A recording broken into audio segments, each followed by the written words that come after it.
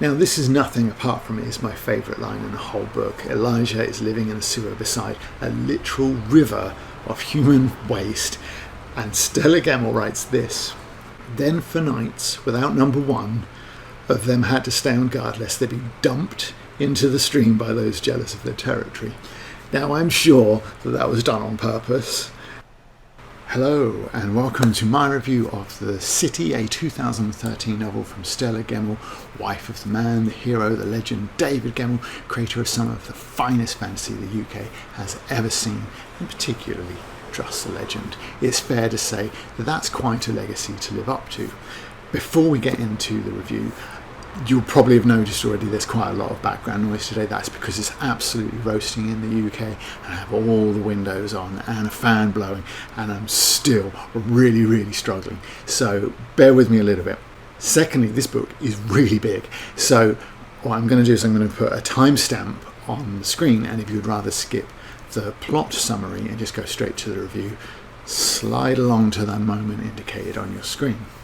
Now, The City, for its considerable size, comes handily split into 7 parts, 8 if you include the brief epilogue, and the first takes place in the sewers underneath the eponymous city where Elijah and his mostly mute sister Emily are trying to eke out a living sorting through filth and other people's discards. They're joined by an old man, Bart, and as they head through the sewer seeking treasure, instead they find a body with a strange brand on its skin, discover that the sewer is collapsing, and are then separated by a lethal flood. Elijah meets Amita, and they are taken away by enemies of the city. Elijah, the protagonist thus far, will not return to the city for 8 years, or the book for some 300 pages. Emily and Bart meet 2 women, Archange and Indaro, but then they leave the sewer with Bart saying, "We must go back to the world now."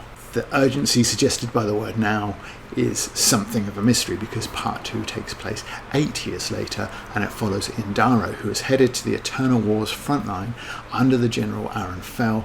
This section of the novel will be the source of most of those reviews that say this book is action-packed, because a significant part of this is one battle after the other. But eventually they are betrayed by their own side, captured by the enemy, and led towards a place called Old Mountain. Part 3 switches back to Bart, who in the 8 years that have passed has done nothing useful in finding out what that strange brand means.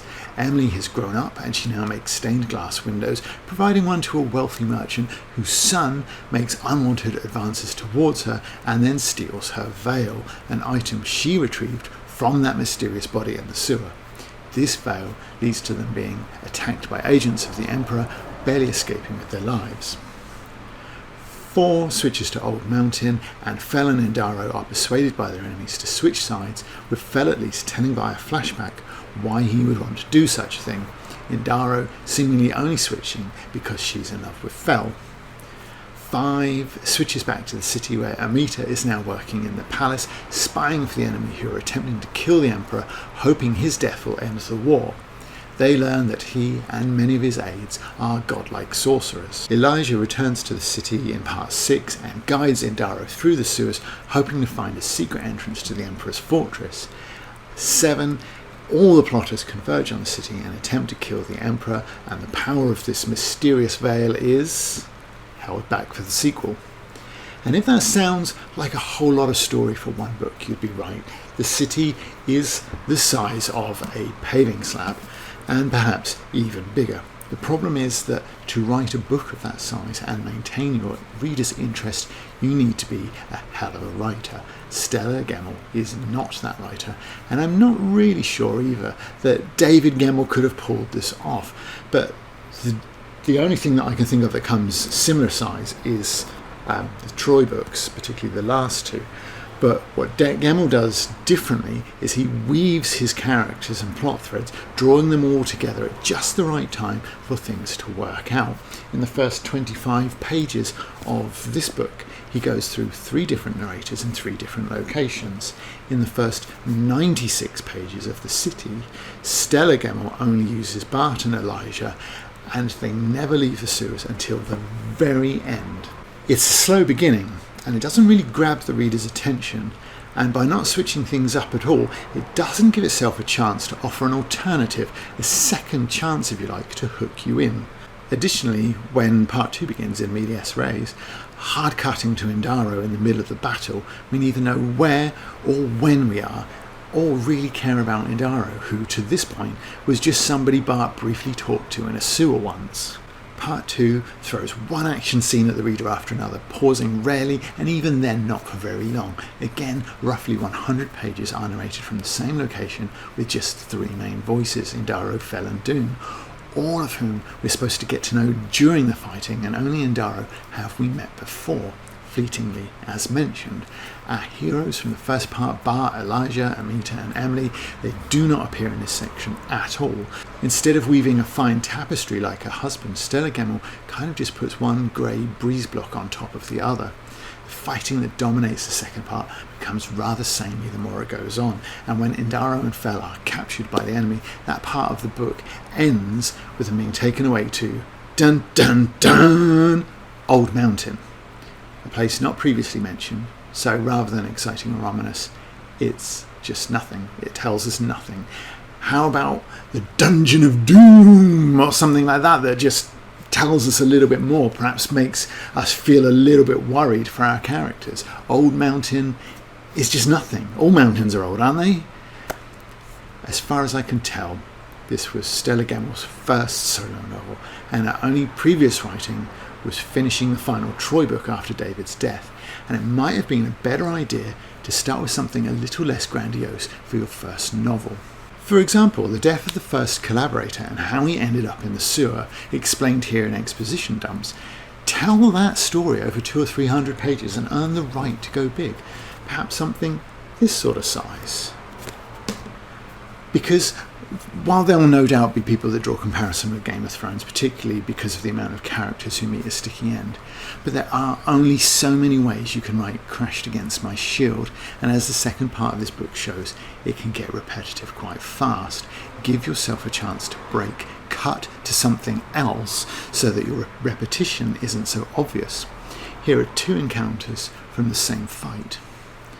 A thrown lance bounced off the edge of her shield, missed her face by a hair's breadth. The blow unbalanced her. She twisted and her sword lunged to the right, disemboweling the attacker, who fell screaming. She threw up her shield to block a murderous cut from the left. Then her blade slashed high, braining a warrior without a helm. Indaro attacked, the enemy parried, and Indaro barely avoided a murderous riposte which sliced through her leather jerkin. This is a skilled swordsman, she thought, gathering her strength. The blue came at her again with blistering speed, and she found herself battling for her life.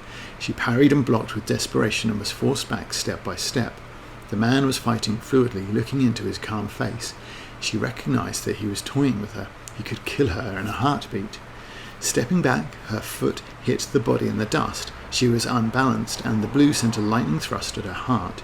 She swayed graciously and fell to one knee. She swung her shield up. The enemy stood over her. She saw eyes watching her assessingly. Now, the repetition in the city is pretty obvious from the very start. Page 9 of the paperback edition being page 1 of the actual story. His paws detected the minute variations of texture on the bricks he raced along. Skip forward 2 pages. Elijah shifted carefully, his bare foot detecting the variations of texture on the bricks until it hit an outcrop of broken cement. Now, initially, I thought that the similarity here was a deliberately dehumanizing comparison of rats and human sewer dwellers. But then I read the rest of the book, and it doesn't take long to figure out that this is just not the case. It takes a special writer to be able to write this kind of epic, and Stella Gemmell simply isn't one. Her prose is repetitive enough to be emotion-breaking, and it's a wonder that her editor wasn't a little bit more helpful in that regard. Likewise, this story is so long, and it dwells on the same thing for so many pages, that it either needed a brutal culling of words or to be 2 separate books. Then you wouldn't notice this sort of thing so much. Repeated phrases like these are harder to pick up if they're in 2 different books. It's far more forgivable, though in truth I would likely go for the first option and cut this down to 300 or 400 pages at most, perhaps cutting some parts completely. For example, the veil goes nowhere in this book. I'm sure it does in the second book, but there's not a single other magical artifact in this story, and we never find out why it's important. If you told Ranul's story, as I mentioned earlier, you could shift some of those flashbacks from this story to to that one as well.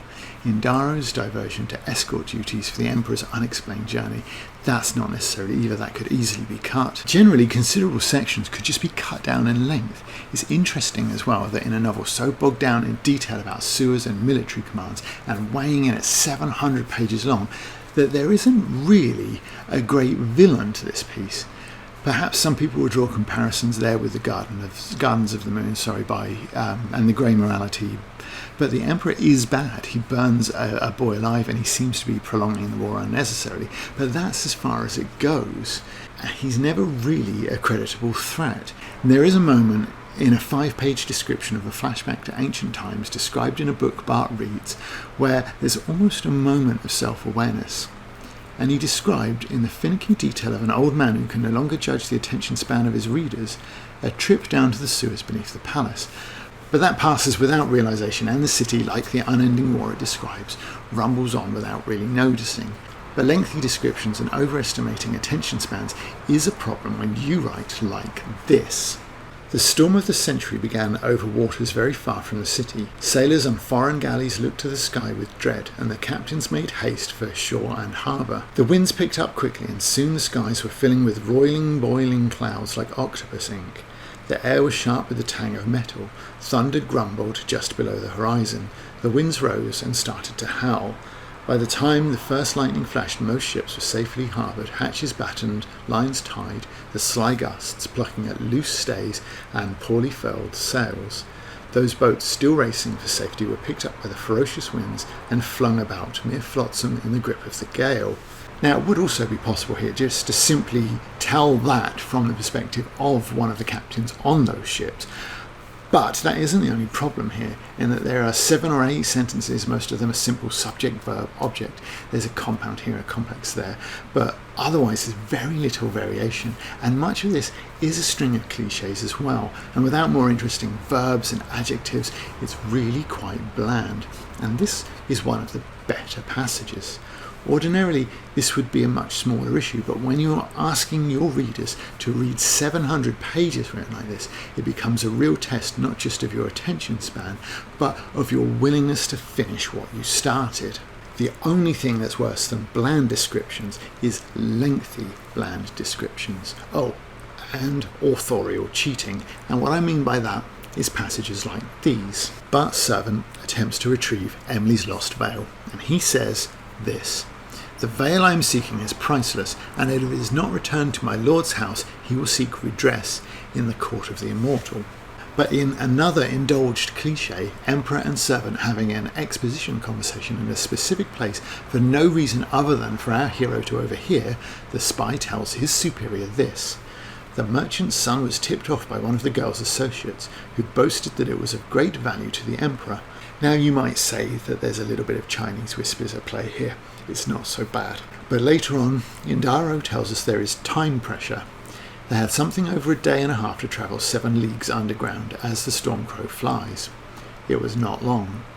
Begging the unanswered question of why they didn't just come earlier if they're short of time, but later she tells us this: "We guessed this would happen," Indaro added, trying to sound positive, as if it were all part of the plan. "That's why we gave ourselves so much time." There was still plenty of time, yet Indaro was discouraged by the setback.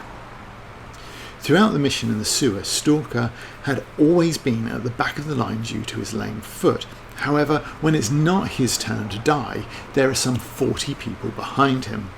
But thank God, Elijah is the expert they need to guide them through those tunnels, even though it's been 8 years since he was there, and the author themselves has just told the reader they have completely changed in that time. Now, some of you might dispute this one, but this seems a little bit unlikely to me. They were partway across the silent causeway, Rhys walking ahead, when on the following breeze he heard the faint but unmistakable sound of a sword being unsheathed. Now Rhys is at least several metres away from a building that is closed up, he has his back to it, and he can hear a sword being drawn inside. Even if you think that's perhaps possible or even likely, Emily is locked in that room and trying to get out. So if she said to one of the guards, "Can Can you unlock the door, please? Not only would that be less suspicious, but also it would be louder than the sound a sword makes when you pull it from a sheath. But Gemmell actually uses this trick twice. On the morning of their capture, Emily had got up early and climbed down to the body of the barn to have some privacy to change her clothes, when, on the other side of the wooden plank wall, she heard the faint, stealthy sound of a sword being drawn. Well, if it's that faint, then how did Rhys hear it from a few metres away from a closed building? Now, this is the last negative thing that I'll say. I promise I will say something nice when I'm done with this. A wise man once said that you can tell a good author by the strength of their metaphors. But because I'm like a bear with a pot of honey when I'm presented with a good simile, let's have a look at some of Stella Gemmell's. Then she saw an enemy soldier running towards it, fast as an athlete. Yeah, Rhys had expected something remarkable, for he was at last in the Emperor's territory, but this was just an empty room, cold as a widow's tit. Okay, now this one isn't a simile, but it's an example of repetition with the previous one. Rhys, who had been riding since he was at his mother's tit, allowed the big horse to have his way. The air was sharp as diamond. There seemed to be no bottom, and as he fell, the pressure on him increased, leaning on his chest like a drunken whore. Now, a good writer would never ever have 3 duff similes in the same paragraph, would they? Or would they? There was a heavy sound crashing like 1,000 trees at once on his ears. That's one. And a smell that made his nose itch. It was quite unlike the smell of the sewers. It was clean and sharp, and it went through his head like a knife blade. That's 2. He followed a meter, climbing on hands and knees, the bright light pressing down on him like a blanket. And there's your 3rd. So the positives, I have to say that the pace of the novel, it does pick up a bit towards the end, where Gemmell does switch between the characters a bit more, and Bart and Emily are quite easy to warm to. The problems, though, are many. Bland prose and too much of it, lingering too long on the same people in the same location, sucks the pace from the story, which is disjointed. The action is repetitive, the characters are mostly uninteresting, and it's just a lot to ask a reader to wade through 700 pages of this, let alone a sequel. It is just far, far too long. Gemmell has simply bitten off more than she can chew. Better that than to play it safe, I suppose, but that doesn't make it any easier to recommend to you. This is one to avoid unless you are a Gemmell completist. If you like this video, then like and subscribe and ring that bell, and then you'll get notified when I upload the next one. Thanks for watching. Bye. Ah, you're still here, but the review's over. Oh, let's just have a look at a little bit more. Who is returning the look here? The man called Flavius grinned and slowed his pace a little, allowing the boy to keep up. He glanced up gratefully at the second man, who had red hair, and returned his look sternly. Is this an oxymoron? Now, this is nothing apart from it is my favourite line in the whole book. Elijah is living in a sewer beside a literal river of human waste, and Stella Gemmell writes this: "Then for nights, without number one of them had to stay on guard lest they be dumped into the stream by those jealous of their territory." Now, I'm sure that that was done on purpose, and I know that I read it slightly wrong to exaggerate the two things, but that to me, I found that quite entertaining. And if you enjoyed this dump, like and subscribe because it makes me feel loved. Oh, just one more thing. I don't know if the camera will capture it, but this cover is really great. It's actually in like gold, but when it catches the light, it changes color and it becomes more reddy. So it almost looks like the city is on fire. But it's, surprisingly enough, that city, I don't know how well you can make it out, is a stock photograph, and they've just put this man in front of it. I thought that was really nice anyway. Probably the best part of the book. See you in the next one.